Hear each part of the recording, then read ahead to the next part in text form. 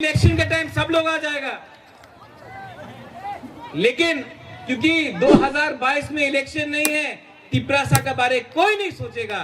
2022 दिसंबर में त्रिंग का टाइम सब लोग आ जाएगा।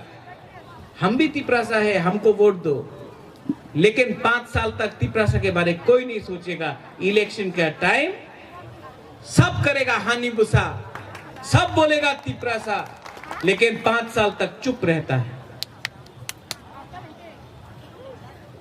आज मुंगिया कामी में बुबागरा ने हमारा सीएम को अनुरोध किया कि सब प्रोग्राम खुमुलुंग में होता है, सब प्रोग्राम खुमुलुंग में होता है, हमको खुमुलुंग से बाहर भी जाकर अपना तिपरासा के संग एकता थानसा दिखाना पड़ेगा।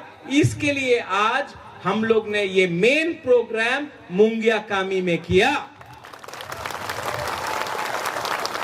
आने वाला दिन में सबरूम में होगा, अंबासा में, कंचनपुर में, गोमती में, किल्ला में, पूरा त्रिपुरा में हम लोगों को थानसा दिखा के सब जगह में तिपरा मोथा को जाना पड़ेगा।